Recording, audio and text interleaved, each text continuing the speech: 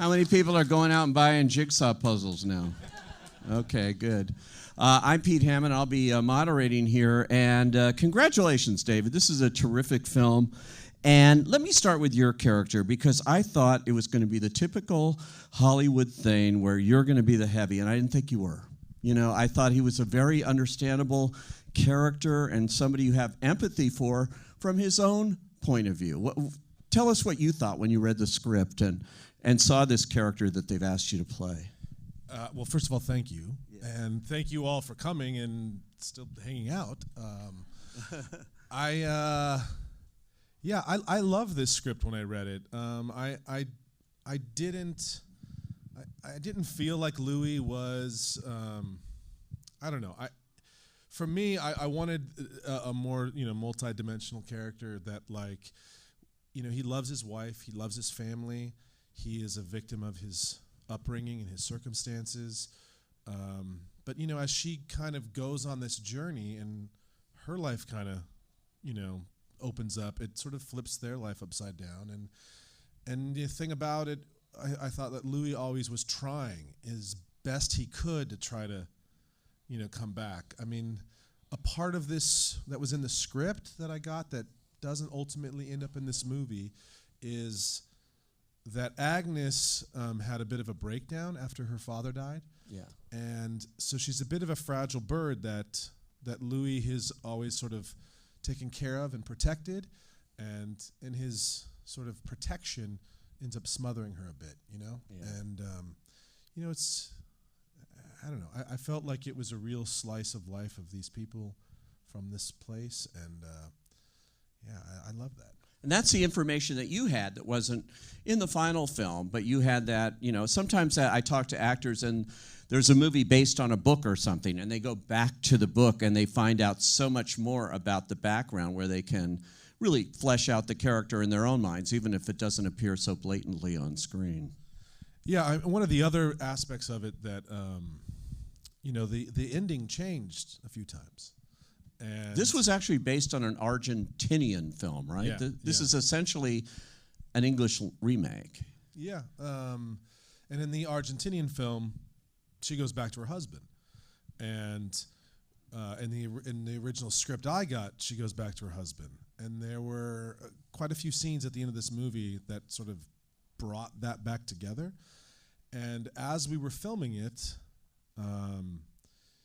Kelly and I were both feeling like, this doesn't feel right. Something isn't, it feels like it has to keep her journey going. And maybe she comes back to him, maybe she doesn't, but I don't know if we're going to get the payoff of having them together at the end. We're going to have to do a lot of work to make that happen. And we were trying, and as we were going along, Mark, the director, was, so open to all of our suggestions and ideas. He really fed off the actors and asked us, our input about everything.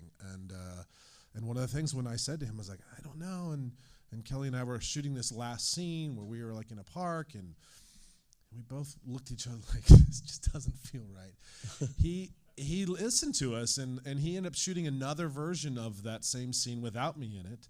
And then ultimately when they got into the editing room, they were like, nah, this still doesn't get the same, like, we want to keep her on that journey. And so then they went back and did a reshoot and ended up with the ending that we have now, which I think is perfect for the journey that she went on. I'm just curious, since you're applauding that, how many people think they should have ended up blatantly together on screen together? This gentleman right here. Okay. Oh, and you. Okay, so we have two or three. Most people obviously are happy with that ending. Did you go back to the writer Owen Moverman, who's a terrific screenwriter and everything, and did he get involved in that in terms of the reshoot or in terms of the idea of not going with the ending that was in the script? I don't know. Guy, one of our producers right here. Guy Stodel, right there, who is one of the producers of the film. Maybe you would know. Shout it out. What happened? Yeah, Warren was very involved in the ending, and it was a collaboration of the director, Mark, and the producer. So he was good. That's always good to have the writer involved. Yeah, for sure. And Guy was the guy that found the original movie at the Berlin Film Festival and bought it and developed it, and so he had it from the get-go. That's great. Wow.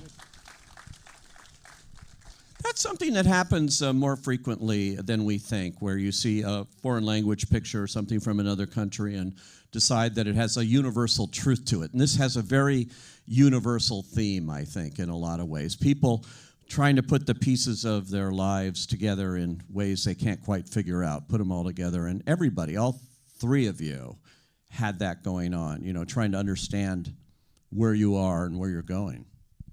Yeah, for me, like, I was thinking about this today, and I don't know if it's the theater geek in me, but there's a part of this that felt like almost Chekhovian in like the sense of, when you do a Chekhov play, they're written to be, he says they're comedies, but everything they go through is so tragic that like, you play against it. And there's so much, I felt like in this, that there was a dichotomy. There's like moments that that comedy came out of just a very organic, raw situation, especially like that scene. I don't know how it played in this theater, but for us, when he confronts her after she's come home and he knows something's going on, like the way she reacts is so raw and so genuine, where she says,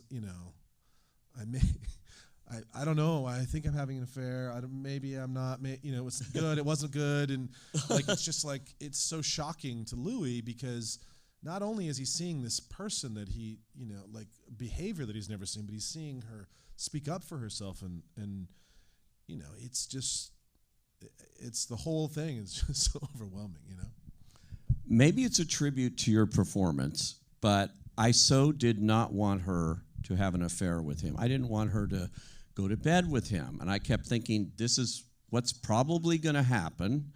But I thought, go back and talk it out with Louis. Well, that's what I wanted too, but And that's what that guy in the hat wanted too. The two sons were great too. What are their names? Austin Abrams and Bubba Weiler. Yeah. And they're both fantastic. And we just, we shot the movie. The first half of the movie was all of the family stuff, and then the second half was Irfan comes and they go to New York. But we just had the best time with, bonding with those guys and with Kelly. And we hung out at this house, and we spent a lot of time outside that I felt like a lot of that ended up translating onto the screen of a real lived-in family, And did you have rehearsal time or time before to sort of bond as a family to make that so believable? Because it certainly was. No. Mark did not want to do any rehearsal, and we were both great with that. I love, as an actor, to see what comes fresh from a moment. When you start to rehearse something, sometimes, especially for film, if you're doing a play, you got to rehearse it because you got to build up to it. But if you're doing a movie, sometimes there's magic that happens in those initial reactions of what you're just opening yourself up as a vessel to take in what's coming at you and throw it back.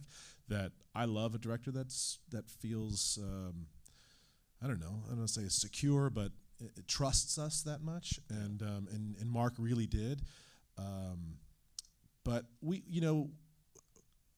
did hang out a little bit. Like we all had a dinner together. We went and cooked Hungarian food and just got to know each other, and we got to know the crew, and it was like a great icebreaker. But it was only a couple of days, and we started filming. Yeah. Wow. That's what you do with an independent movie. And where'd you film this exactly? We shot it in Yonkers, and in the city, in New York. Wow. Yeah. Your background is as a theater actor. I mean, I know you're in love with Shakespeare. That's your favorite thing, right? You've done so. You know everything about Shakespeare. This is what. I don't know if I know everything about Shakespeare. Pretty much. I've seen all of his plays. I've been in probably 15 of them or so. So yeah, I do love the theater. I don't get to do it as much as I'd like to because we all got to make a living, unfortunately. Yeah. Which you certainly do. I didn't get a chance to introduce him with his credits, but I think a lot of you would recognize him as Roy on The Office, which he did for years, and so many other things on television and movies. 13 Hours, The Gift, Parenthood on TV, Drop Dead Diva on TV. I mean, so many different things. But I think this role is uniquely different. It's something that came along that people are really going to relate to and see you in here. Well, I appreciate that. Yeah. I've played other blue-collar guys. I've played guys that you don't want the lead to be with, but she's with. So, but I felt like Louis was different in the sense that, especially because we had that nugget of of really striving to try to get them together at the end. That if we're gonna pay that off, that's gonna change how the whole thing shakes out. And Mark said to me from the day one when he sent me the script, he said, "I need this guy to be just a mensch of a man, just such a really good guy who loves his family and is limited with his experience." And I said, I couldn't agree more. And that was it. Let's see if you guys have any questions out there. Just raise your hand if you do. And don't do anything. Continue staring at us if you don't. There you are. Yes, sir, right there. I just wanted to say, I talked to you briefly in the hall, David, and I really love this film. It's such an honest story, and I can see so many people in the same position. You did a fantastic job. How many days did it take to shoot this? How many days? As you said, the first half of the shooting schedule was your scenes, the family scenes, and the second half was all the stuff with Irfan Khan, who's the great Bollywood Indian actor. You've seen him in Life and Pi. I don't know how many saw The Lunchbox. He starred in that and so many movies. But that was done after your scenes. Yeah, I met Irfan for just lunch one day as I was leaving and he was coming in. We shot, do you know, Guy, how many days? 30 The days. whole movie was 30 days? Yeah. Wow. Yeah.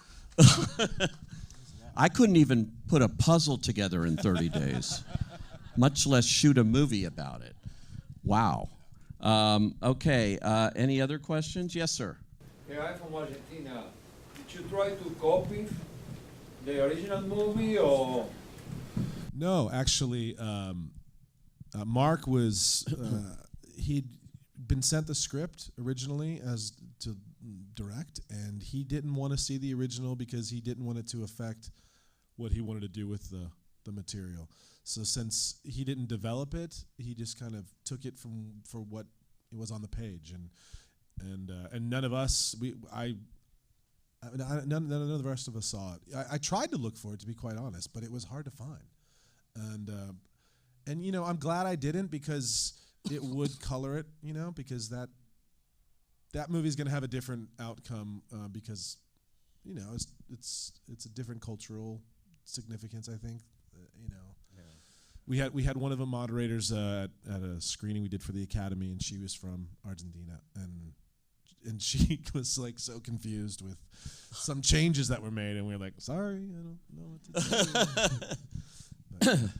Yes. Is there really a national jigsaw puzzle championship? That's an interesting question, because who knew? Is there a jigsaw puzzle? There's a championship for everything. There's a national championship for everything. Yeah.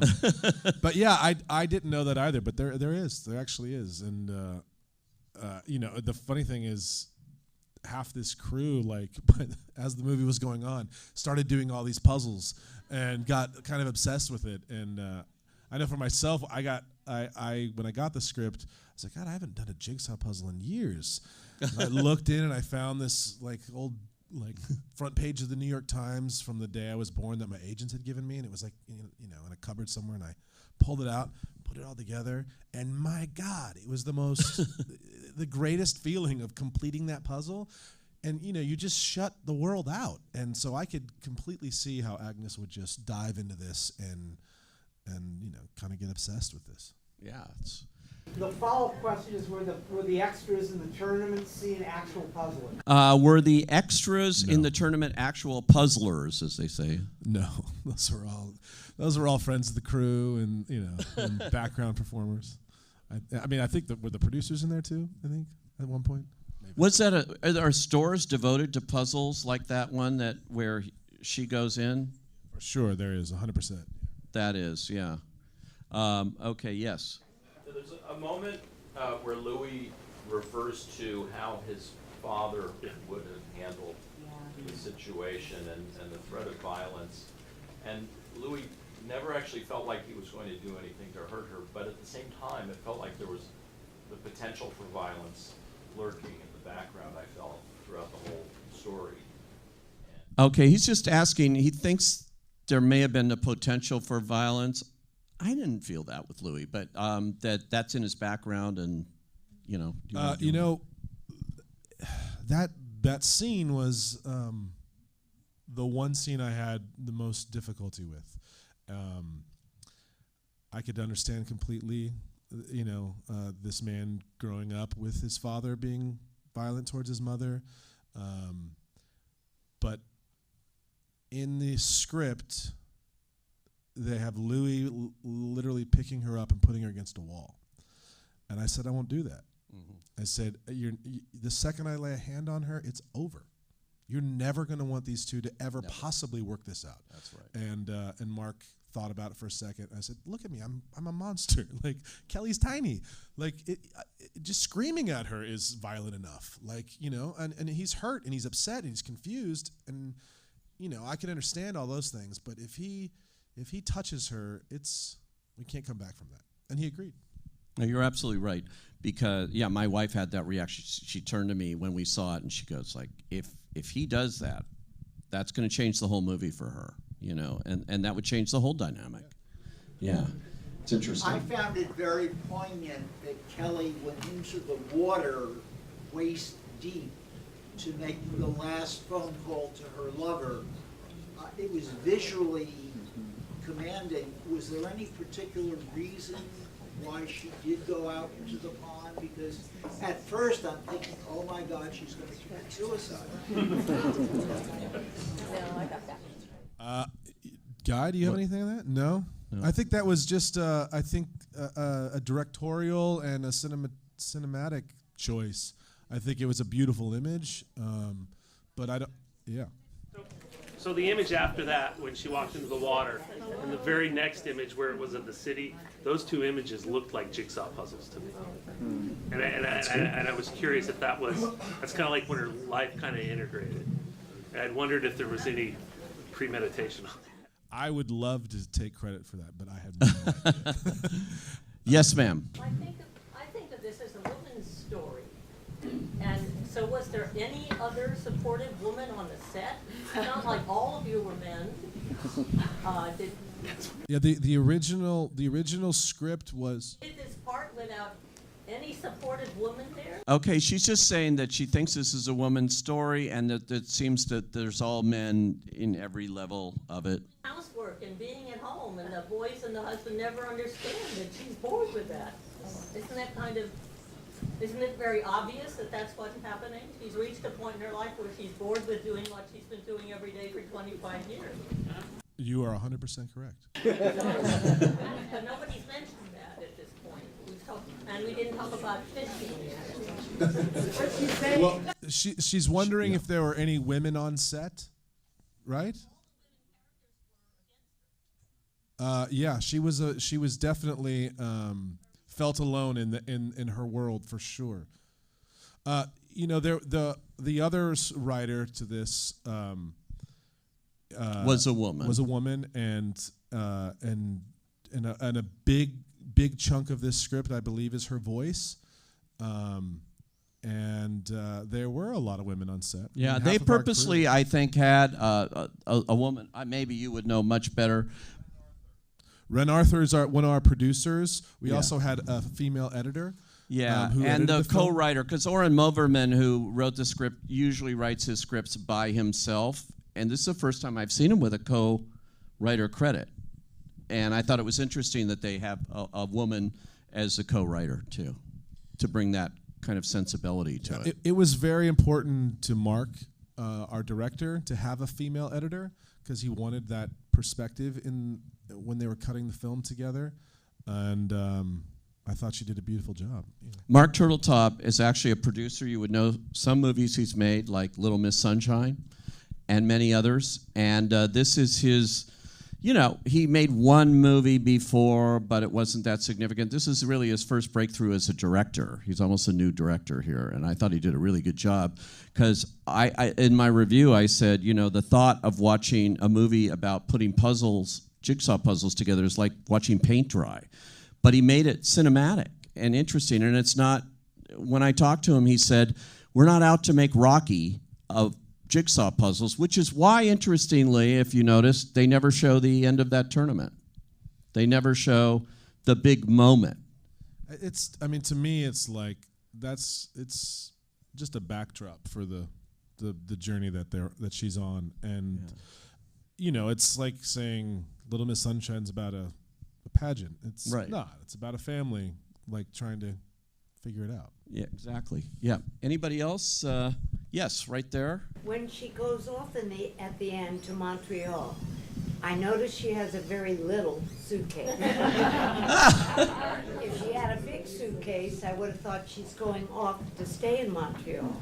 So should I assume she's coming back to the husband or coming back to the boyfriend? I don't know. Okay, if you didn't hear that, she's saying she took a very little suitcase to Montreal at the end. And is she coming back for a bigger suitcase, or? I think the intention was to leave it open to interpretation. I think anyone can read into it whatever they want. I think it's definitely yes. Yes. I couldn't help but notice that the movie was shot in a lot of shadow and not a lot of lighting, even in the house and in his apartment.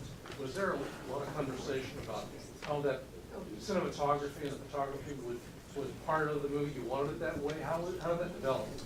Yeah, that was absolutely the cinematographer he's asking about. There was Mark's intention was to have the home be oppressive and be dark, and that when she went to meet Robert, you know, his house, he just had this image in his head of this man whose wife had left him, and he's like bouncing around this big sort of empty house. And the actual house that they shot in, they had to take all this very expensive furniture and artwork out of there so that it would be empty. But there was a lot more light in his house, through those windows and stuff. So it was definitely a metaphor for the world she was in and the place she was going. Yes. This is what? Not that I know of, but I don't think so. Okay. Yes, right above. Okay. This is not a question. I want to comment. You could not have had a better cast that melded and worked together and made a family. It was life. Thank you. That's a nice comment. She's just saying it was life in terms of the cast. And you know, as actors, we try to like put a mirror up to nature, to quote Shakespeare. And that to me felt like what we were trying to do with creating this family and really bring them alive. Okay, yeah. I got a signal that I only got time for one more, so it's going to be you because I just saw your hand go up. Yes, right there. Do you like jelly donuts? Do I like jelly donuts? I haven't had a jelly donut in a long time. But who doesn't like jelly donuts? Yeah.